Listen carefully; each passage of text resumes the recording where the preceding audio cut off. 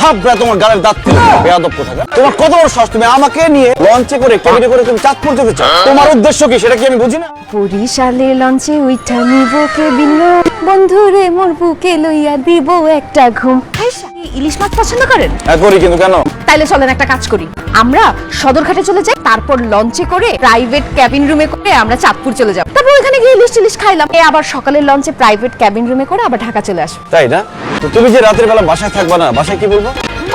বাসায় বলবো যে নাদিয়ার বাসায় ছিলাম। থাপড়া তোমার গালের দাঁত ফেলে দেবো, বেয়াদব কোথাকার। তোমার কত বড় সাহস, তুমি আমাকে নিয়ে লঞ্চে করে কেবিনে করে তুমি চাঁদপুর যেতে চাও? তোমার উদ্দেশ্য কি সেটা কি আমি বুঝি না? ছি ছি ছি, এত বাজে চিন্তা তোমার মাথায় আসে কিভাবে? তুমি তো খারাপ কেন মিম? এখানে খারাপের কি দেখলেন ভাইয়া?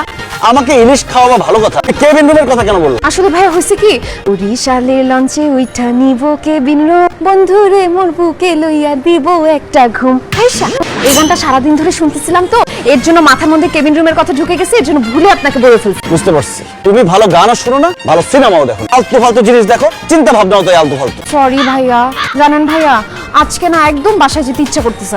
ওই যে সামনের বাসাটাই না আমার বান্ধবীর বাসা, ওর বাবা মা কেউ দেশে থাকে না, ও একাই থাকে। চলেন না আমরা একটু সাদিয়ার ফ্ল্যাটে গিয়ে একটু গল্প সল্প করলাম, চা কফি খেলাম, আড্ডা দিলাম। যেখানে খুশি সেখানে যাও, যার খুশি তার সাথে গিয়ে আড্ডা দাও, আমি তোমার সাথে নাই। না না না ভাইয়া ভাইয়া